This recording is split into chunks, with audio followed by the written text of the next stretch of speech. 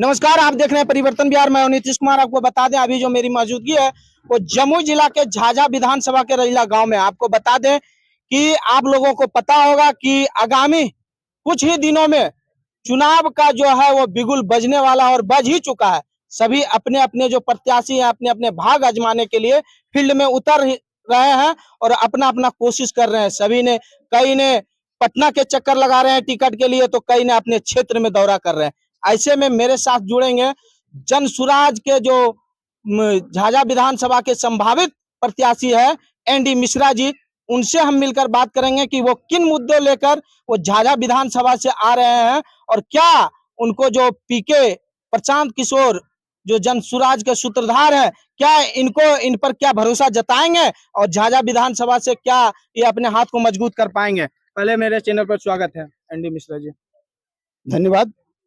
क्या लगता है जिस तरह से आप क्षेत्र भ्रमण कर रहे हैं, क्षेत्र में घूम रहे हैं और क्षेत्र की समस्या से क्या क्या आप अवगत हैं अभी तक?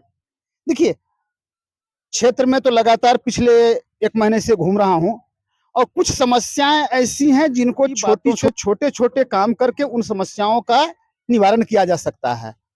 अभी मैंने कुछ दिन पहले एक बात कही थी कि एक सिर्फ अगर हर प्रखंड में एक कोल्ड स्टोरेज खोल दिया जाए तो किसानों की आमदनी को बढ़ाने का एक बहुत बड़ा माध्यम होगा।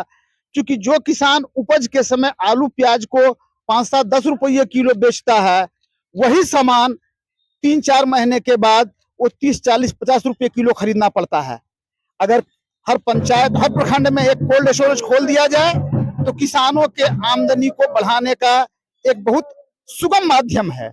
दूसरी बात, अभी सबसे महत्वपूर्ण बात यह है, अभी मैं जब क्षेत्र से गुजर रहा था देखा बलियाडी में सैकड़ों लोग एक लाइन से बैठ के बीड़ी बना रहे हैं। आपको पता है कि बीड़ी बनाने में कितनी मजदूरी मिलती है? दिन भर अगर व्यक्ति लगातार बीड़ी बनाते रहे 12 घंटे तक तो शायद 100 रुपये भी नहीं कमा पाता है। और इसके लिए आज तक किसी भी संस्था ने, किसी भी संगठन ने बीड़ी मजदूरों की आवाज उठाने के लिए कोई कार्य नहीं किया है। निश्चित तौर पर उनकी दयनीय स्थिति के लिए पूर्ववर्ती उनके नेता हों या जो भी हों वो जिम्मेदार हैं, जो उसकी व्यवस्था को चलाते हैं वो जिम्मेदार हैं।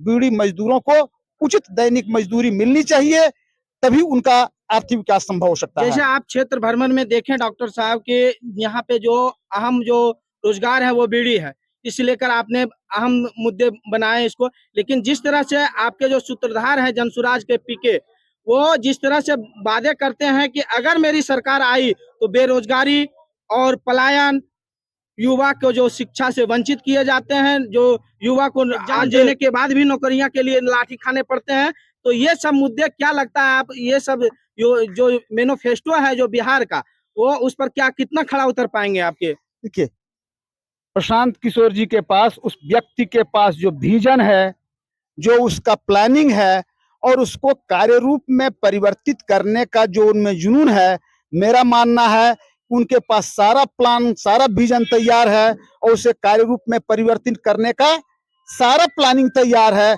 इसलिए अगर सफलता मिलती है, सरकार बनती है, तो सारे वादे पूर्णतः पूरे किए जाएंगे, ऐसा मेरा मानना है। जनसुराज से आप पे भरोसा जता रहे हैं प्रशांत किशोर जी? ये तो जब तक घोषणा नहीं होती है तब तक कहना बड़ा मुश्किल काम है। इस संदर्भ में कहने के लिए मैं उपयुक्त व्यक्ति नहीं हूं। इस संबंध की घोषणा जो है ऊपर वाले करते हैं। मैं तो जनसुराज के प्रति लोगों को जागरूक बनाने के लिए बिहार बदलाव यात्रा के माध्यम से ये कार्य कर रहा हूं। किसको टिकट मिलना है इसका निर्णय ऊपर बैठे हुए अधिकारियों का है। इस संदर्भ में मुझे कुछ नहीं बोलना है। ये तो बुनियादी समस्या है। सड़क निर्माण होना, पुल के विषय में तो सबसे दुखद बात है। 8-10 वर्षों से वो पुल जर्जर अवस्था में थी और उस पुल का निर्माण नहीं किया गया। निश्चित तौर पे इसके लिए मैं किसी इंजीनियर के लिए या फिर पीएचडी विभाग के लिए या किसी नेता पे इसका दोष मैं बिल्कुल नहीं दूंगा। इसका दोष पूरा का पूरा उस पुल से गुजरने वाले यात्रियों पे, चाहे महापुर के लोगों पे और उस एरिया में बसे लोगों का पूरा दोष उनका है। उन्होंने आज तक इसके लिए आवाज क्यों नहीं उठाई कि पुल बनाया गया, और अगर आवाज उठाई जाती तो पुल अवश्य बनता। इसका दोष सिर्फ यहाँ की जनता पे है, प्रशासन और मूर्ख है जो कि एक विधायक चुनते हैं और फिर उनसे वो शोषित होते हैं। देखिए, जनता तो मूर्ख नहीं, जनता तो बहुत होशियार है, लेकिन सामने वाला उससे ज्यादा होशियार हो जाता है। जनता तो होशियार इतनी है कि समय देख के निश्चित तौर पे जो उपलब्ध व्यक्ति है उसमें अच्छा चुनती है, लेकिन पता नहीं क्यों ये बड़ा राजनीति का विषय है कि हर बार जनता धोखा क्यों खा जाती है।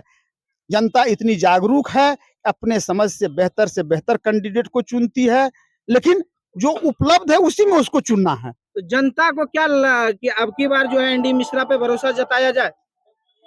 ये जनता को निर्णय जनता को करना है कि डॉक्टर एनडी मिश्रा, पहले तो सबसे पहले चुनाव की घोषणा होती है, उम्मीदवारी तय होती है और उसके बाद जनता को निर्णय करना है कि डॉक्टर एनडी मिश्रा कहां तक खरे उतरते हैं।